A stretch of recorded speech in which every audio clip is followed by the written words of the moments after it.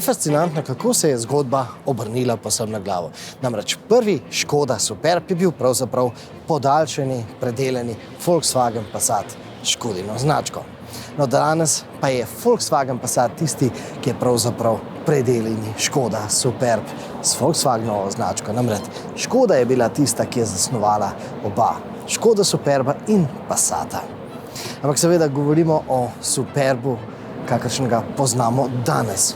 Leta 1939 pa so izdelali tega lepotca, Škoda Superb prve generacije. No, ampak če danes Škoda ne želi reči, da je Superb luksuzen avtomobil, zato ker Škoda je pač simply clever znamka, v letih pred drugo svetovno vojno pa je Škoda bila luksuzen avto. Superb je bil pravi luksuzni avtomobil.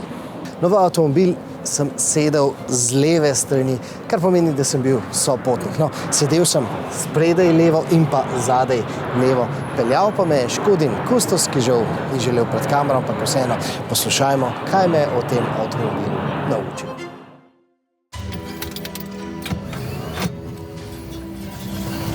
Ime mu je 640 Superb. Superb je bil sprva zgolj vzdevek, a je hitro med ljudmi postal kar Superb. No, oznaka je povedala, da ima 2500 kubični motor s 6 vali, ki zmore 40 kW. V bistvu je to dejstvo kar zanimivo, saj so tedaj moč motorjev označevali večinoma s konji. Očitno se je že tedaj začela tendenca, da začnemo uvajati bolj smiselne merske enote, ki pa žal celo danes po več kot 80 letih še niso dodobra zavladale. No, tudi prvi Superb je uvedel več inovacij. Glavna inovacija je bila recimo sredinska cevna šasija namesto bolj običajne šasije v obliki lestve in vsako kolo je imelo posamično vzmetenje. Seveda še ne moramo govoriti o kakem udobju. Prvi Superb je namreč na tej obalni portugalski cesti kar močno poskakoval. Skoraj si ne znam predstavljati, kako neudobna je morala biti vožnja po tistih predvojnih cestah. So bile pa zelo velike razlike med sedenjem spredaj in pa zadaj. Zadaj je namreč Superb izredno mehko zofo, ki je omilila udarce s ceste.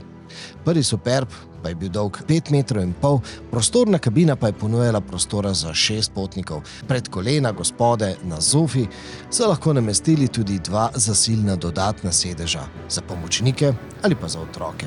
Ta druščina se je lahko peljala 110 km/h, poraba pa je bila okoli 14 litrov na 100 km. Naj dodam še to, da so nato izdelali še bolj luksuznega Superba s 8-valjnim motorjem. Muzejski primerek Prestiž kaže že svojo zlato barvo.